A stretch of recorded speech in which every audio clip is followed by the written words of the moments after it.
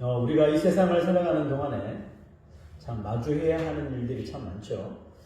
그 가운데 첫 번째가 아마 사람을 만나는 일 아닐까요? 사람을 만나고 또 그 사람과 관계를 만들고 관계를 형성하는 거죠.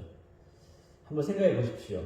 우리가 어떤 사람을 만날 때 좋아하는 경우가 많습니까? 아니면 싫어하는 경우가 많습니까? 혹은 어떤 사람을 만난 후에 그 사람에 대해서 칭찬하는 경우가 많습니까? 아니면 좀 비판하거나 비난하는 경우가 많습니까? 두 질문 모두 상황에 따라 다룰 수는 있겠죠. 하지만 인간은 자신의 이런 허물이나 또 약점, 그리고 자신의 이런 실수에 대해서는 되게 눈을 가리죠.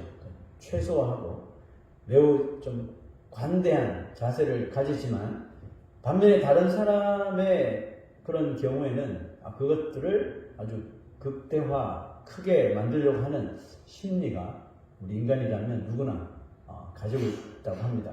그러므로 우리가 사람을 대할 때 마냥 좋아하기보다는 조금만 안 좋은 감정이 생기고 그러면 싫어하는 이 감정이 더 많고 칭찬보다는 비난할 것이 먼저 눈에 띄는 것이 일반적이라는 것이죠. 혹시 우리 안에 다른 사람을 타인을 비판하려는 그 열심이 칭찬하려는 마음을 앞서 있지는 않은지 한번 생각해 봤으면 좋겠습니다. 예수님은 이와 같은 모습, 이와 같은 행위가 기독교 공동체와 또 우리 개인의 신앙을 결국은 병들게 만드는 원인이 되기 때문에 좀 심각하게 이 문제에 대해서 경고를 하셨습니다. 첫 구절 보시면 비판을 받지 아니하려거든 비판을 하지 말라. Do not judge라고 그냥 직선적으로 말씀하셨어요. 예수님의 말씀은 너무나도 이게 클리어하고 또 너무나도 명료하기 때문에 어떻게 보면 다른 설명이 필요 없어 보입니다. 비판을 하지 말아야 하는 이유가 뭐라고요? 비판을 받지 않기 위함이라고 하셨어요. 예수님은 비판하는 자는 마치 이 부메랑이나 아니면 이런 에코, 메아리처럼 똑같이 자신에게 돌아온다고 말합니다. 돌아와서 우리에게 고통을 줄 것이라고 말합니다. 우리가 남을 비판할 때는 너무나도 자연스럽게 합니다. 그죠? 너무나도 자연스럽게 하지만 만약에 자신이 그런 비판을 직접 당하게 되면 자연스럽지 않죠. 아주 충격을 받습니다. 내가 그런 사람이라고 충격을 받고 어쩔 줄 몰라 하죠. 이중잣대라는 말이 있습니다. 어떤 대상을 이 두 개의 기준을 가지고 판단한다는 뜻이죠. 대개 우리는 이 이중잣대를 자신의 기준으로 사용하죠. 다른 사람에게는 엄격한 기준을 정하지만 자신에게는 유독 관대한 기준으로 이것을 대합니다. 자, 이것이 어떤 모습이며 왜 이것이 옳지 않은지, 특별히 그리스도인들에게 왜 옳지 않은지 예수님이 아주 우리가 분명히 알 수 있도록 시청각으로 보여주셨죠. 3절 한번 보시죠. 시작. 어찌하여 형제의 눈 속에 있는 티는 보고 내 눈 속에 있는 들보는 깨닫지 못하느냐. 자, 티와 들보라고 분명히 말씀하셨어요. 그림 한번 보시면 아주 완전 살벌하게 그림을 그렸어요. 자, 이 비유는 진짜 예수님이 아니고서는 표현할 수 없는 아주 기막힌 비유인 것 같은데요. 예수님은 왜 이 두 기준의 차이를 정말 현저하게 벌려놓으신 걸까요? 그것은 이 그림에서 보시다시피 누가 봐도 무엇이 잘못되었는지 알아보게 하시려고 그렇게 하셨다고 봅니다. 예수님은 자신의 이런 결함은 대충 뛰어넘으면서 이웃의 허물을 놓치지 않으려고 애쓰는 일반적인 우리 인간의 그런 본성, 그런 것을 좀 염두에 두고 말씀하신 거죠. 일반적으로 다 우리가 이런 모습이라는 거예요. 자신의 있는 헛점만 보려고 하지 않고 이만큼 큰데 그것을 그냥 아주 부드럽게 넘어가면서 다른 사람 눈에는 보이지도 않는 그 티를 어떻게 찾아내려고 하는 것이 인간의 본성이라는 거죠.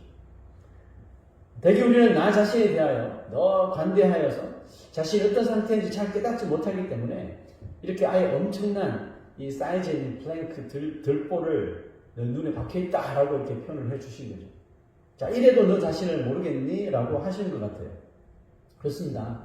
예수님 말씀처럼 우리 주변에는 다른 사람의 이런 작은 티, 스펙 얼마나 눈에 보이지 않잖아요. 그 티를 찾으려고 이렇게 추적하는 사람들이 많습니다.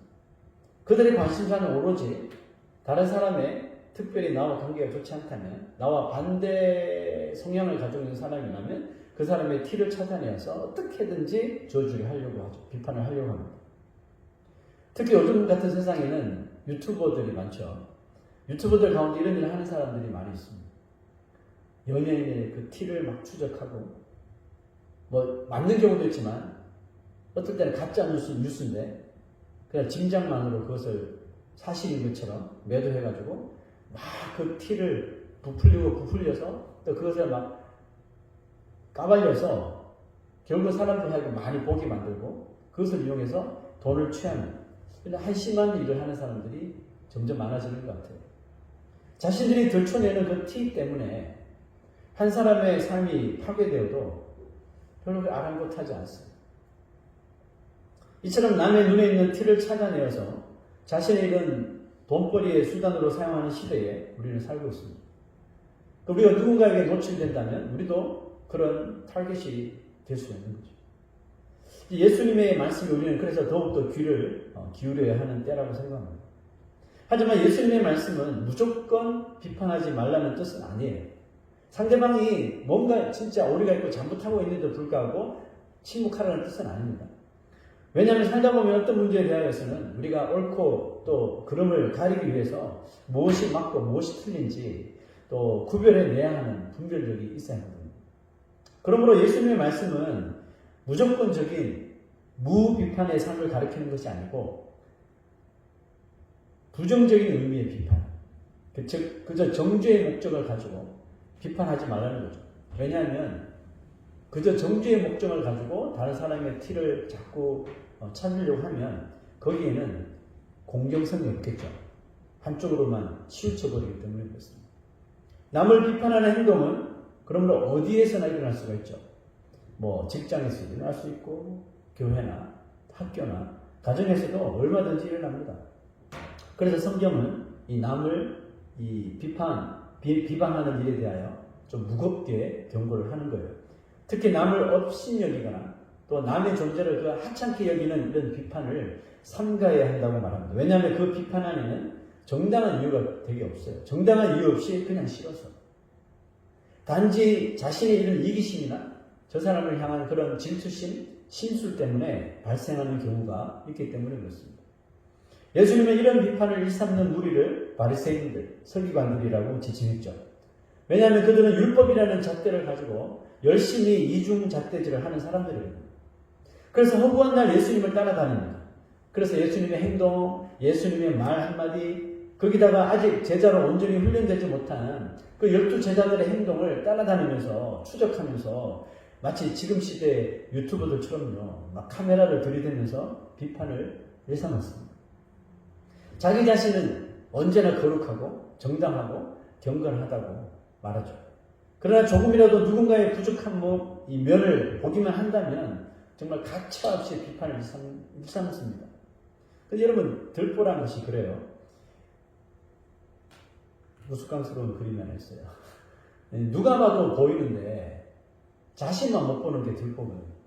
저렇게 큰 게 박혀 있는데 자신만 못 보는 거. 신기하죠? 왜 못 볼까요? 그 다음 구절 보세요.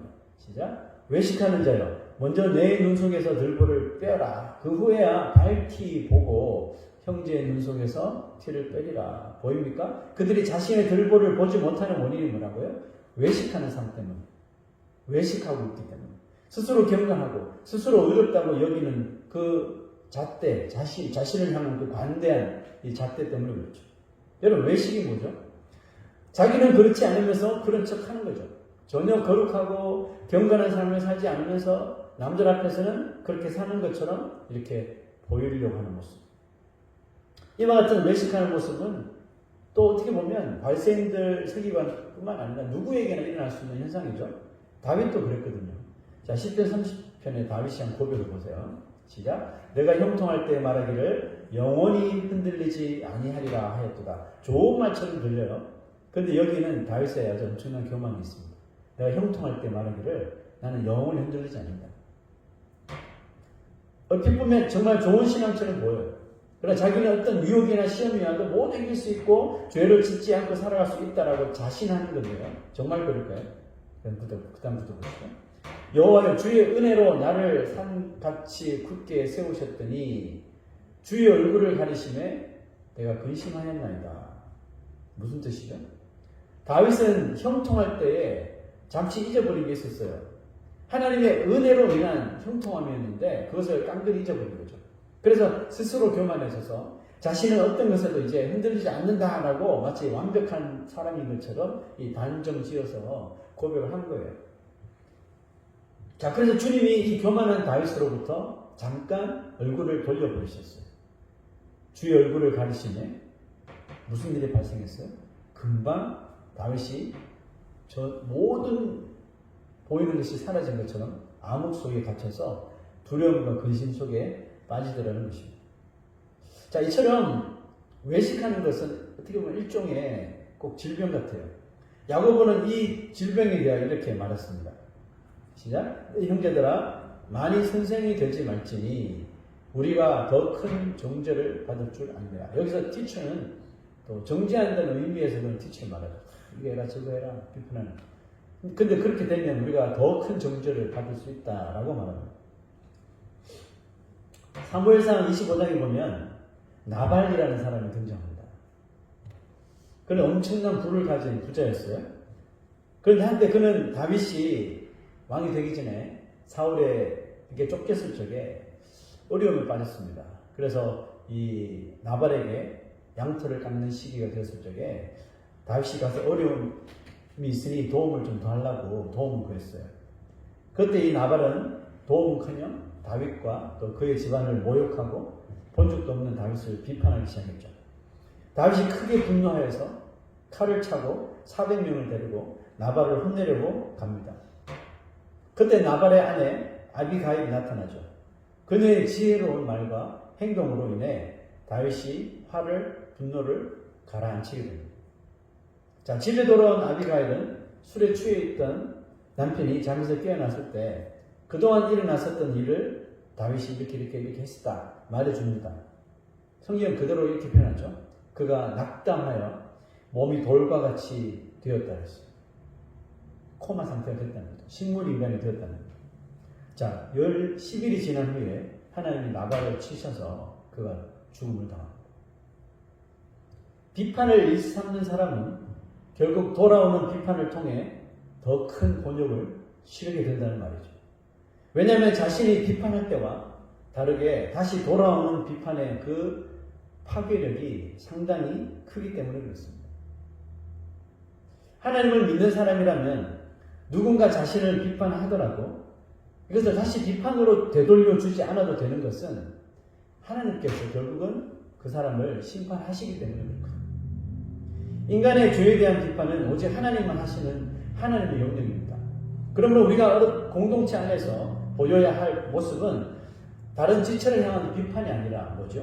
하나님 앞에 더 낮아지고 하나님 말씀에 복종하는 거겠죠. 그런데 하나님이 하셔야 하는 일을 사람이 나서서 심판하려고 하면 어떻게 될까요? 얼마 전에 한국의 대통령이 내란죄로 구속이 되었죠. 자, 이제 그것을 참지 못하고 이 사람들이 많이 분노했죠. 그래서 막 헌법 재판을 한 결과를 낸 그 재판관들을 붙잡아야 된다. 뭐 특별히 특정한 그 판사를 붙잡기 위해서 그래서 폭력을 행사하려던 행동이 그 중범죄로 분류가 되어서 결국 그 비판이 그 법원에 가서 법원에다 때려 부시고 그 판사를 잡으려고 막 그 방문까지 쳐들어갔던 그 사람들이 어떻게 됐습니까? 결국은 다 사진에 찍혀가지고 구속이 되어버렸죠.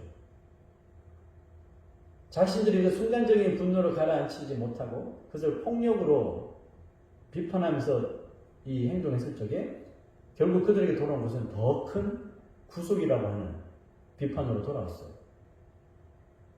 뭐 앞으로 징역을 살게 되겠죠. 참 안타까운 일 아닙니까? 저는 정치 이념을 지금 떠나서 말씀드리는 거예요. 자, 안타깝게도 그런 일을 했던 사람들을 리드했던 사람들 중에는 교회 전도사들이 있었어요. 진짜 전도사들이 아닌지 잘 모르지만 그들이 믿는 사람이라면 그들을 지금 분노하게 만드는 일에 스스로 심판을 하려고 해서는 안 됐죠.